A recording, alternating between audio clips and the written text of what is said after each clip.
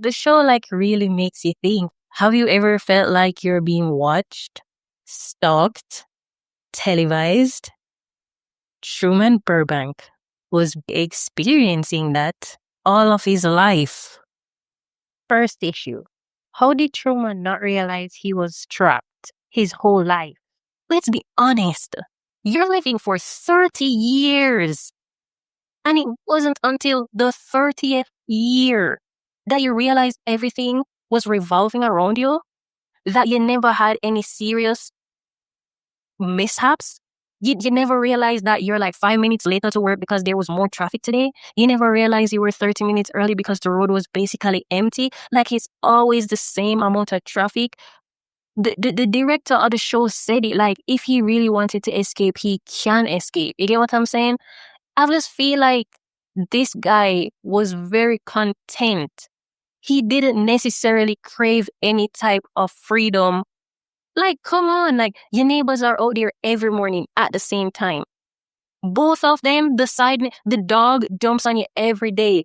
The dog is like never sick. I guess after a while he was like, you know what? I don't want to be content with this anymore. It's like, bro, he didn't choose this life, but he basically chose this life. Life is like, it's so not curated. You don't do the same exact thing at the same exact hour and second every single day. There's always something just a bit off or way off. You get what I'm saying, right? Second, the paycheck that they were paying that wife had to be hefty because she was one of the worst wives I've ever watched in a show. That lady, that character is literally the type of, is that gaslighting? Is literally the type of character where it's like, lady, I know you see all this crazy stuff happening. I know you see all this crazy stuff happening to me. Why are you behaving like I'm overreacting to this crazy stuff happening to me? I'm not crazy, lady. She's the type of person that make your craziness double because she's invalidating what you're saying. Next, there were so many inconsistencies throughout the entire show. With the bridge and the dad coming back to life, Truman and his best friend, They had like left the house and they were like chilling outside on like near a, was it a bridge? No, I'm thinking of it. They used to chill near a bridge. Wasn't he afraid of bridges? Inconsistency. the next inconsistency was when the dad came back to life. Like, is this a real show or is it not a real show? The dad drowned when Truman was a child on like some kind of fishing trip or something. And then now Truman is on the bridge with his best friend having some kind of sentimental moment. And a dead man starts walking on the bridge. Just like how he had saw his dad earlier in the show.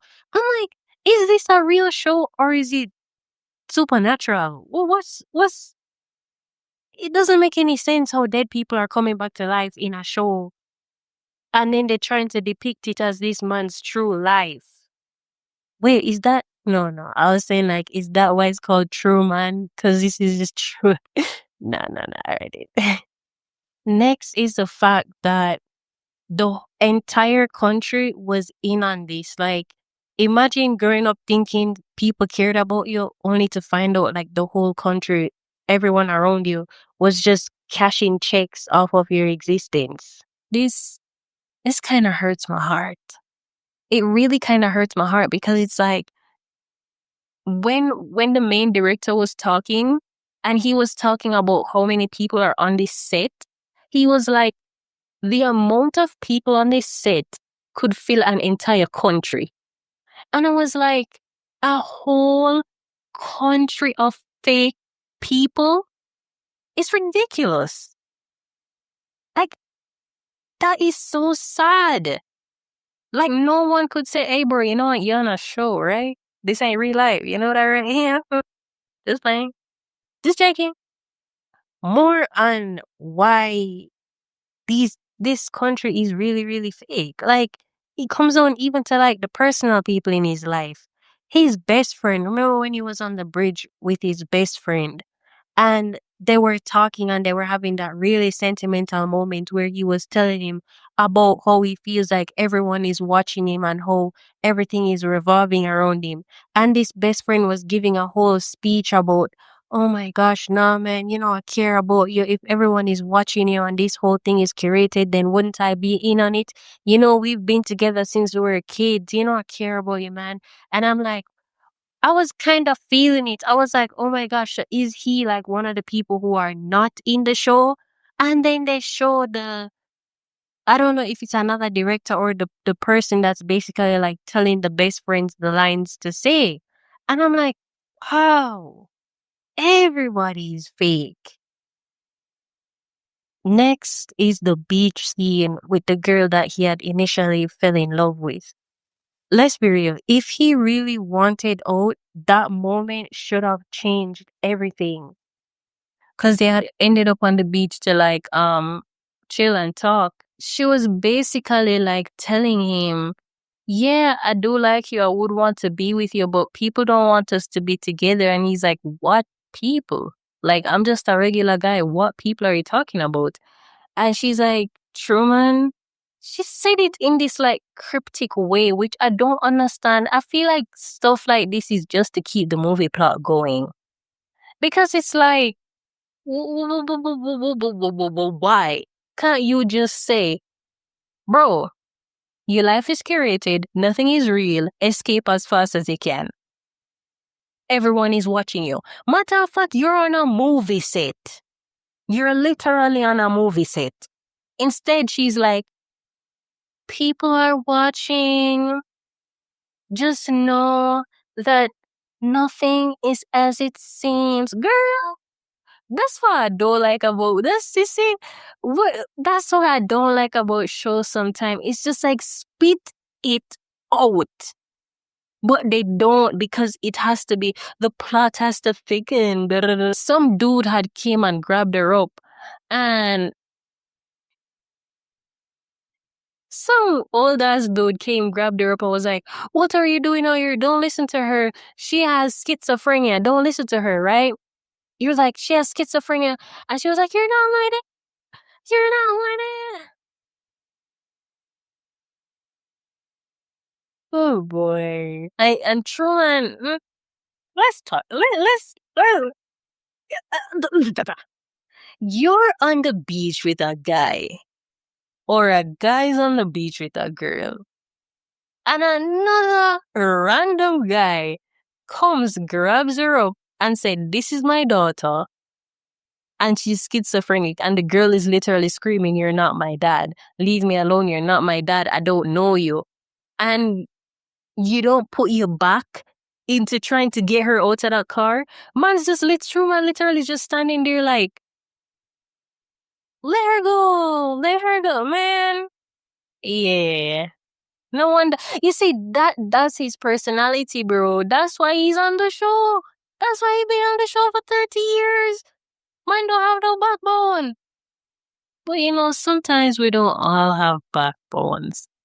Next, the director of the show was really something else, because he would say one thing, then do the opposite. He keeps on saying that well, he was saying earlier in the show that critics keep saying that he's trapped Truman in the city, and how he believes he hasn't trapped Truman because this is a life that Truman truly wants.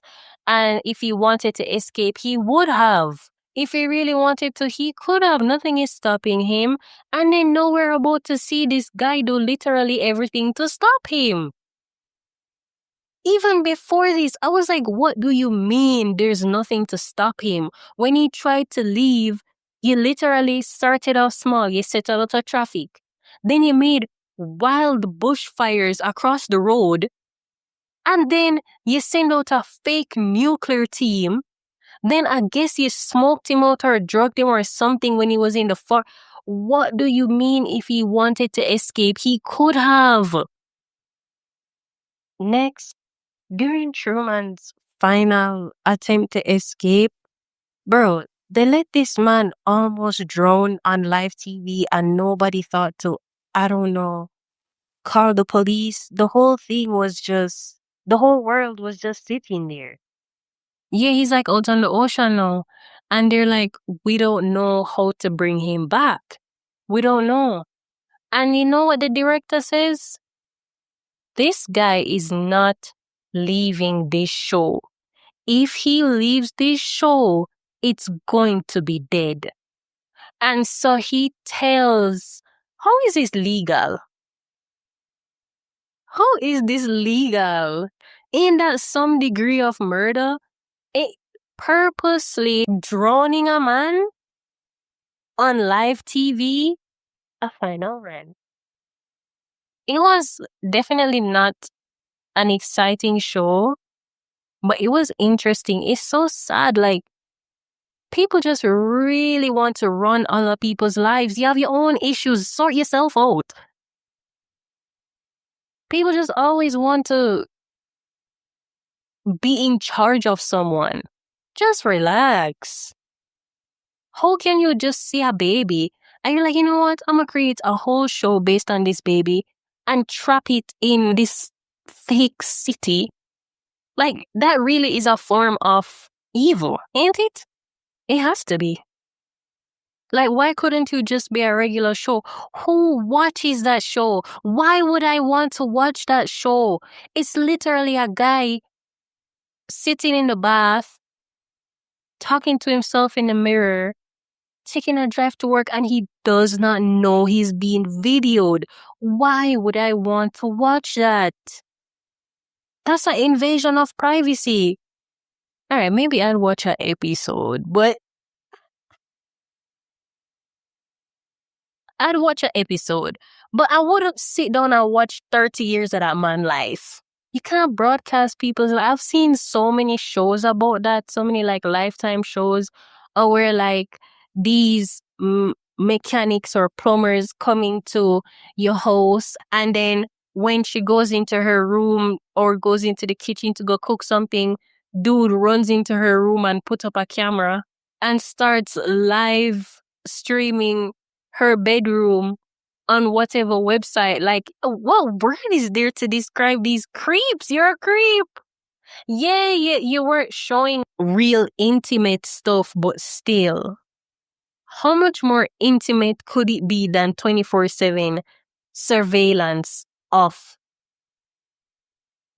someone's life?